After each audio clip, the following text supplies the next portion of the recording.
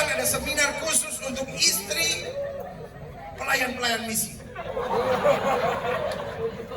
Supaya dorang jangan dipakai setan.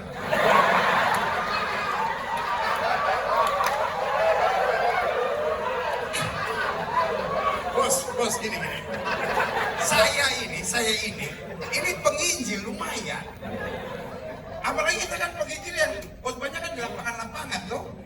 Kadang kala pulang masih ada berkat. Ya, sampai rumah istri tahu kita pelayanan, pulang ada berkat. Orang misi boro-boro pulang dapat berkat. Tanya Om Irwan, apa orang misi dapat berkat? Berkat apa? Keluar iya. Lu tanam gereja. Siapa mau kasih persembahan darah Yesus?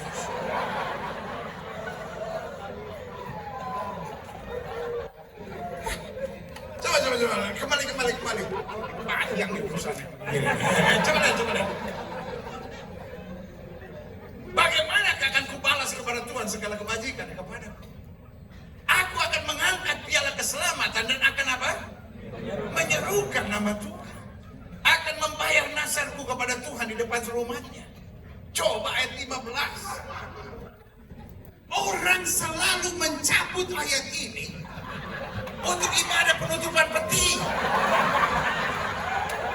Padahal ini hubungannya dengan misi, saudara-saudara. Orang-orang misi siap mati buat Tuhan dan dia bilang apa? Berharga di mata Tuhan kematian semua orang dikasihinya. Ini gak ada hubungannya dengan nenek-nenek yang mati serangan jantung. Kita juga pendeta kadang-kala baca Alkitab di luar konteks. Jemaat ini, amin. Karena jemaat yang mengerti di DP konteks ya. Ini konteksnya tahun lagi bicara misi ini. Berharga di mata Tuhan kematian semua orang dikasihnya ayat 16. Coba lihat. Ya Tuhan, aku hambamu. Coba ada hubungannya nggak sama orang mati? Serangan jantung, kena cancer, ketabrak mobil, ya kan? Nah, ya Tuhan, aku hambamu. Aku hambamu, anak dari hambamu perempuan. Kau telah membuka ikatan-ikatanku. Aku akan apa?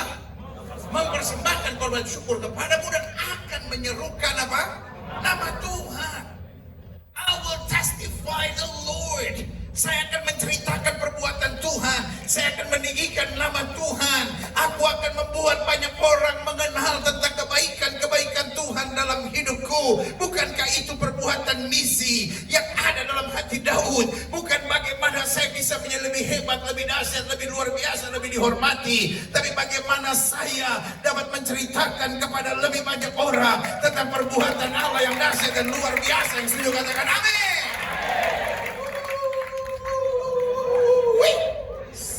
Jojo.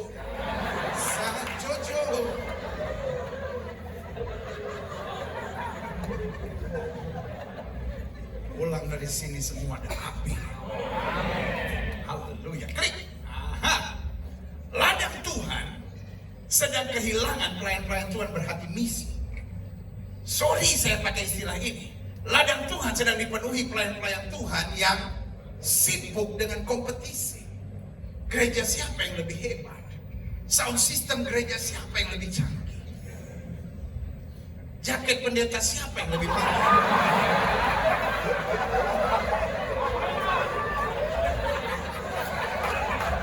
Jaket kita nggak mahal tapi nggak ada yang punya.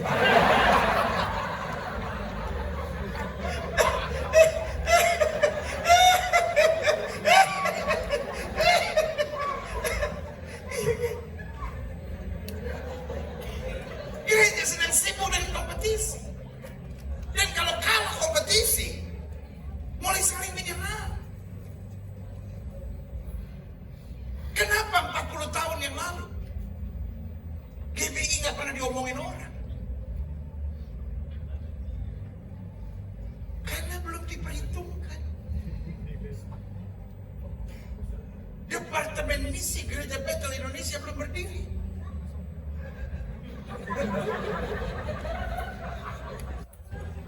Tapi kemudian GBI tiba-tiba melesat. Urapan Allah ada di daerah-daerah, saudara. Kota besar gereja terbesar di kota itu. Betul? Di kota manapun, di kota-kota besarnya GBI ada dan salah satu gereja terbesar. Tetapi di kota kecil mana yang GBI nggak ada? Kenapa Reform kadang-kadang emosi sama GBI?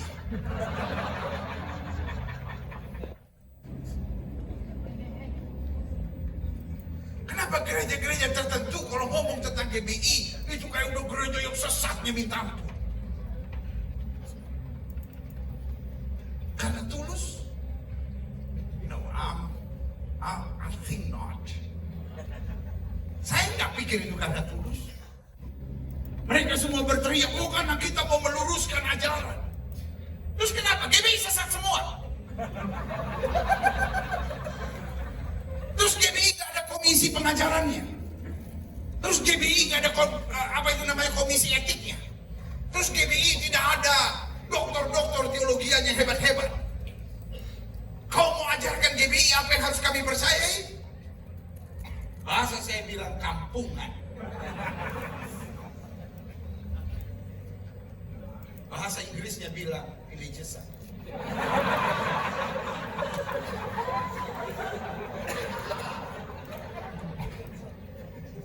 Orang sekarang menyebut dirinya apologet. Apa itu apologet? Membela iman Kristus dari serangan luar. Tapi yang terjadi sekarang bukan apologet. Yang terjadi sekarang kebencian dan kompetisi yang sudah tidak sehat. Saya harus ngomong sama saudara-saudara sekalian supaya fokus saudara jangan ke sana. Fokus kita tetap misi. GBI punya teolog-teolog yang hebat, jangan urusin orang-orang gila itu. Gak apa-apa saya ngomong integran kok. Orang mau marah sama saya, biarin aja orang marah. Tapi buat saya ini sudah kebangatan. Semua orang yang mengaku apologet, yang pertama dia serang pasti GBI. Ada orang-orang yang berani langsung menyebut nama Gilbert lah, Niko, Nyotora Harjo lah, inilah, ya terserah. Itu. Tapi ada yang nggak berani nyindir-nyindir sedikit. Ada pendeta yang terkenal, ada pendeta yang gerejanya begini, ada pendeta yang suka di TV. Kita itu.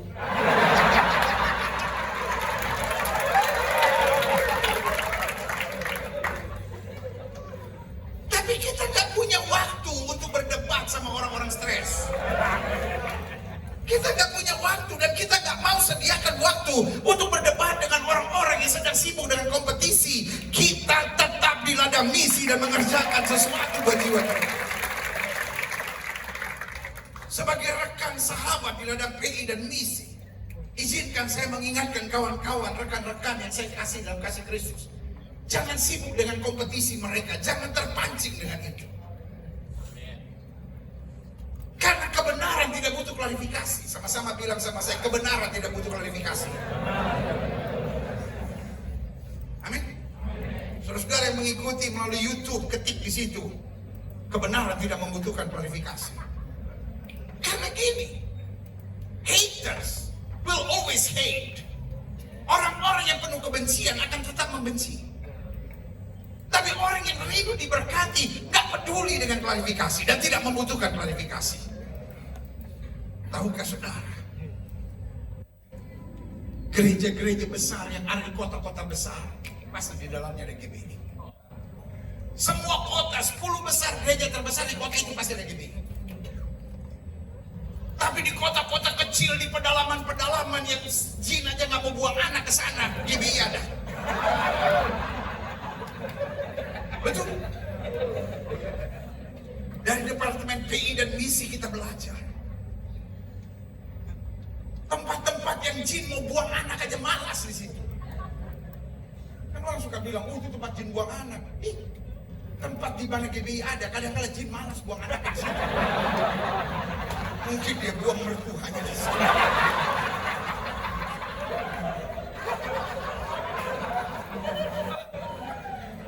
Gereja sedang kehilangan orang-orang berhati misi.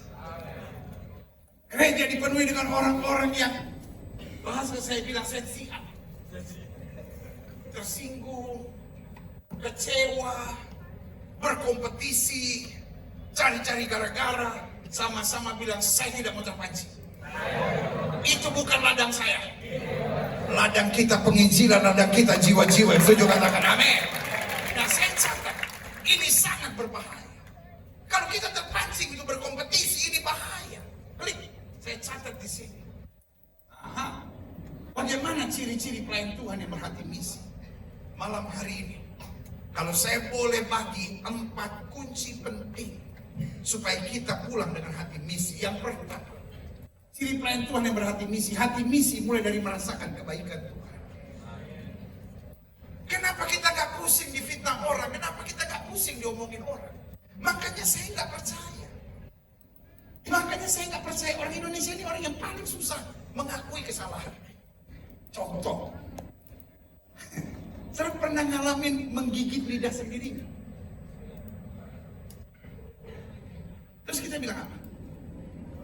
Ada yang ngomongin gue. Saya kira soal seleb banget. Lu pikir lu Sambo?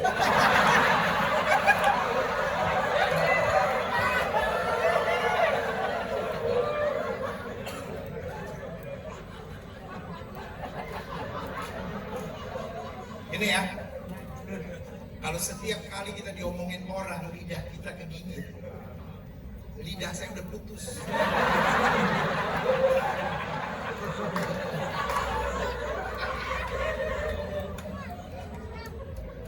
Tiap hari ada orang yang kirimin saya link YouTube gitu. Pak Gilbert diomongin orang, Pak Gilbert diomongin orang. Saya kok diomongin orang senang. Mendingan orang ngomongin saya daripada saya ngomongin orang. Kenapa? Yang suka diomongin orang itu Jokowi. Bambang Supendi pernah diomongin orang? Siapa itu Bambang Supendi? Ya karena dia gak dikenal. Jadi kalau gereja mau diomongin orang, mau difitnah oleh orang, jangan kecil hati. Kita orang-orang misi, gak peduli dengan itu. Kita sibuk membalas kebaikan Tuhan. Amin. Aduh, orang tuh kalau menyadari kebaikan Tuhan, yang pertama kita gak pernah ngerasa capek. Yang kedua kita gak pernah ngerasa rugi. Dan yang ketiga kita gak sempat emosi. Sorry ya. Kadangkala yang ditujukan kepada GBI, kadangkala yang ditujukan kepada kita-kita hamba-hamba Tuhan yang oleh anugerah Tuhan dapat melakukan terobosan-terobosan yang luar biasa, kadangkala nyakitin. Tapi kalau kita ingat kebaikan Tuhan, gak sempat sakit hati. Sama-sama bilang gak ada tempat untuk sakit hati. Saya cuma mau balas cinta Tuhan. Saya berdoa setiap kita pulang dari sini cuma bilang, Tuhan aku mau balas cinta Tuhan. Sehingga kita gak akan pernah hitung-hitungan. Kita gak akan pernah bilang, aduh saya rugi Tuhan, aduh saya bingung Tuhan. Saya cuma bilang, Tuhan selama saya bisa balas kebaikan Tuhan, saya akan lakukan yang terbaik bagi kerajaan Allah yang sudah katakan amin. Yang kedua, bagaimana ciri pelayan Tuhan berhati misi? Hati misi tidak akan hitung-hitungan, siap berkorban dan siap menanggung apa? Resiko. Selalu saya bilang, resiko karena kebenaran selalu lebih nikmat daripada kenyamanan akibat kompromi. Ada yang pentingnya belum jalan. Resiko karena kebenaran lebih nikmat daripada kenyamanan akibat kompromi. Nah ini udah mulai ada yang respons. Gak apa-apa kan, kita sempat 2,5 tahun gak kebaktian kan? Iya kan, kita juga ngomong di layar terus ya kan. Bagian kita juga nggak ngapa-ngapain, bingung ya kan. Ini ulang. Saya ulangi sekali lagi. Resiko karena kebenaran lebih nikmat daripada kenyamanan akibat kompromi.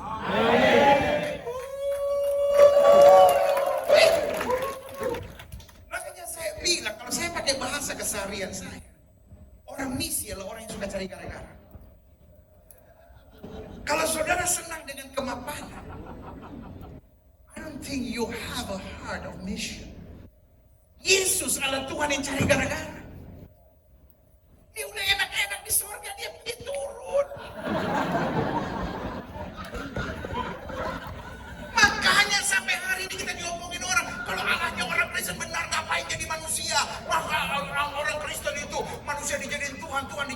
manusia. Karena Yesus adalah Tuhan yang cari gara-gara.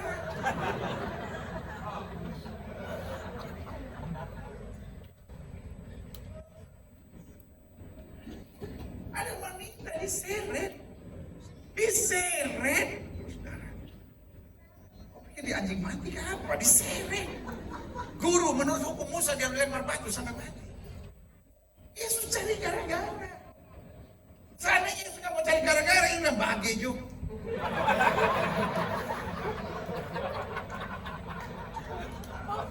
Yesus cari gara-gara. Yesus bilang, barang siapa yang tidak berdosa, lempar wanita ini dulu. Itu kalau ada TV One, pasti jadi kasus itu. Oh, mungkin pernah mampir juga kan.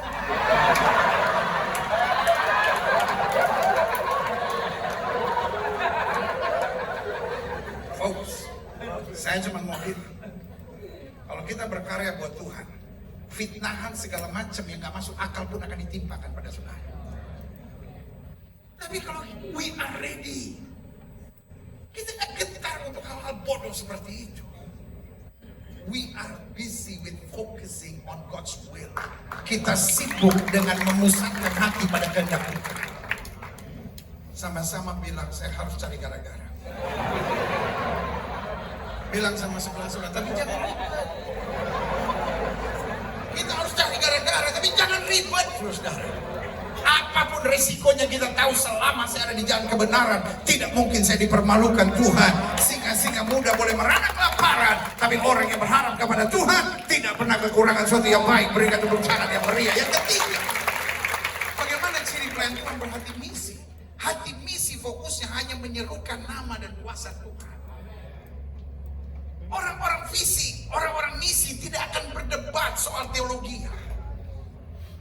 Amin. Kita gak akan sibuk dengan doktrin dan lain-lain. Itu sebabnya orang-orang tertentu akan menyerang engkau. Orang-orang tertentu akan menjatuhkan engkau. Tapi kita memang gak perlu pintar, saudara. Amin. Gak perlu khotbahmu kelihatan pintar gitu, saudara-saudara.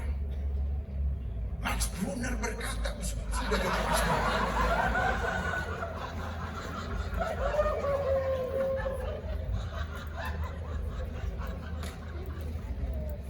Yohanes Pembaptis gak berusaha jadi orang pintar. Kita jadi orang pintar bukan supaya kelihatan. Saya bukan anti sekolah teologi, saya juga lagi sekolah. Ya, toh.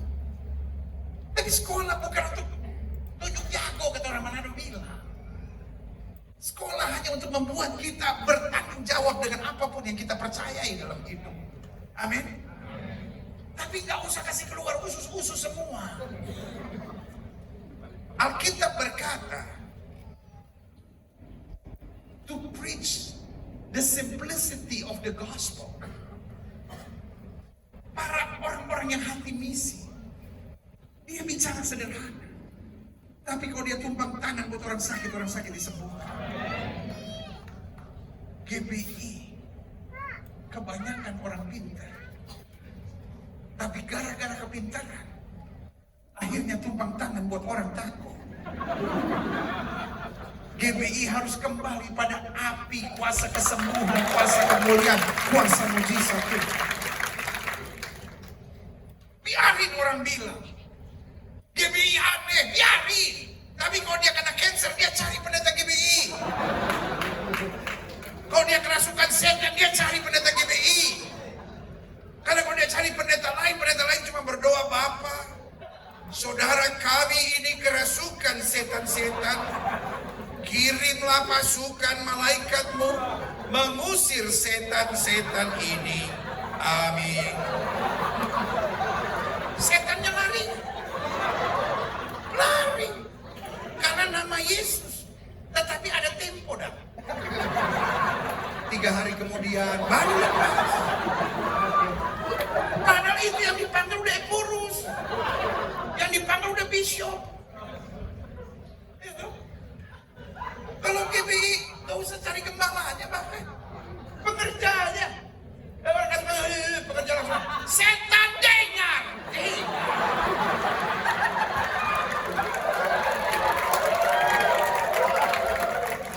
Saya langsung bilang, so salah orang kotek. Orang GBI gak tuh? Orang GBI, gak usah gembalanya, gak usah gembalanya. Baru pekerja yang hari-hari cuma lipat warta di gereja. Udah langsung setan deh. Setan itu langsung salah orang kata kita ini. Tapi masih pengerja tuh ada kalau salah-salah. Setan aku ikat. Ikat tuh. Aku patahkan. Aku hancurkan. Aku usir keluar setan itu so hancur.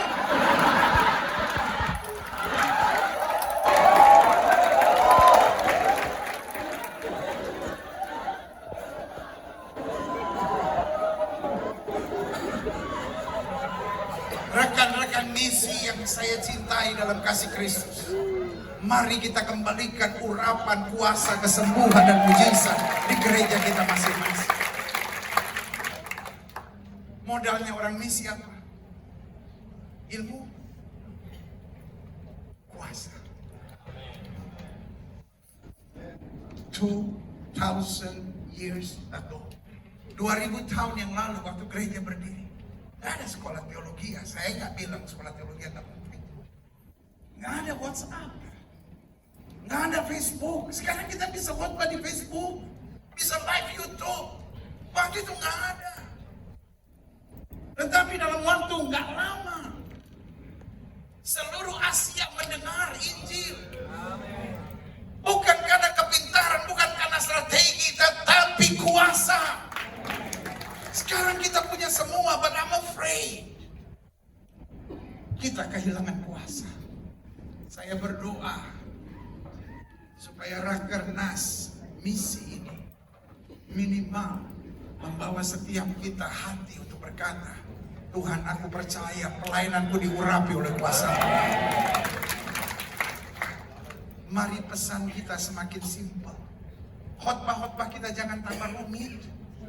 Aduh, begitu hebat disuruh berkhotbah sampai tidak ada jemaat yang mengerti. Jangan pulang dengan khotbah pendeta hebat sekali, mengerti enggak? Biarin khotbah kita sederhana, yang penting orang berdosa menangis dan berkata ampun ya. Orang sakit disembuhkan, orang lemah dikuatkan, rumah tangga yang hancur dipulihkan oleh Tuhan. Yang keempat, yang terakhir, saya undang pemain musik maju ke depan. Bagaimana ciri pelayan Tuhan yang berhati misi? Satu, hati misi mulai dari merasakan kebaikan Tuhan. Dua, hati misi tidak akan hitung-hitungan, siap berkorban dan siap menanggung risiko. Tiga, hati misi fokusnya hanya menyerukan nama Tuhan dan kuasa Tuhan. Kembalikan kuasa ke gereja kita masing-masing. Yang siap angkat tangan dan bilang, saya siap. Siap. Saya ngeri. Khotbah-khotbah pendeta GBI tambah hebat. Jangankan jemaat, saya juga gak mengerti apa yang dia khotbahkan.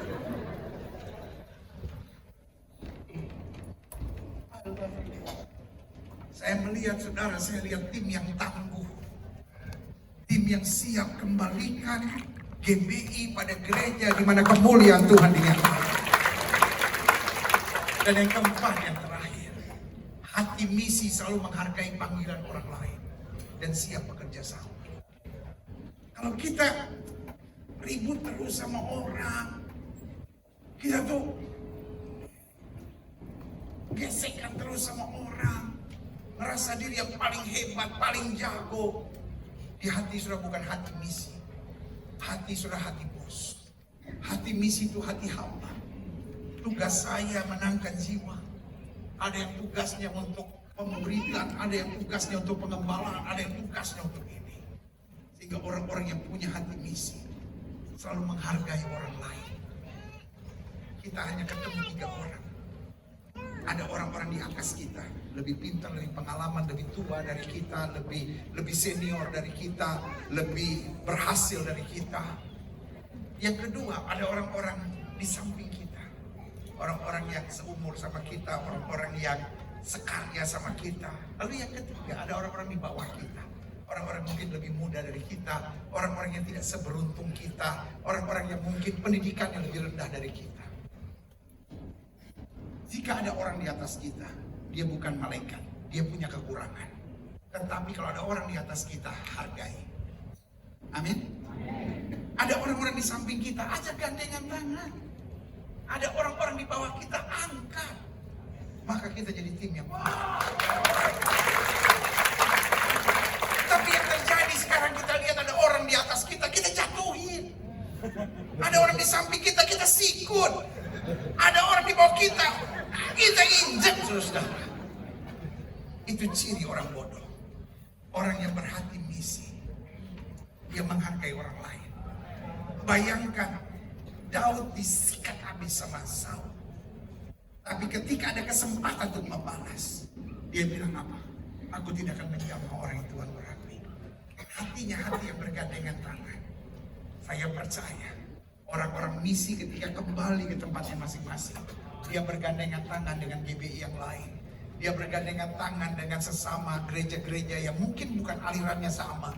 Bahkan dia bergandengan tangan dengan orang yang bukan orang percaya. Karena orang-orang misi akan dipakai Tuhan di akhir zaman untuk kemuliaan Tuhan yang luar biasa. Saya undang kita semua bagi berdiri. Ku jawab ya, ya, ya. Ku jawab ya, ku jawab ya, ya, ya. Ku jawab ya Tuhan, ku jawab ya. Katakan Tuhan, aku gak mau ribet, aku gak mau aneh-aneh, aku cuma mau kembali kepada fokus misi. Iya, iya. Ku jawab ya, ku jawab ya.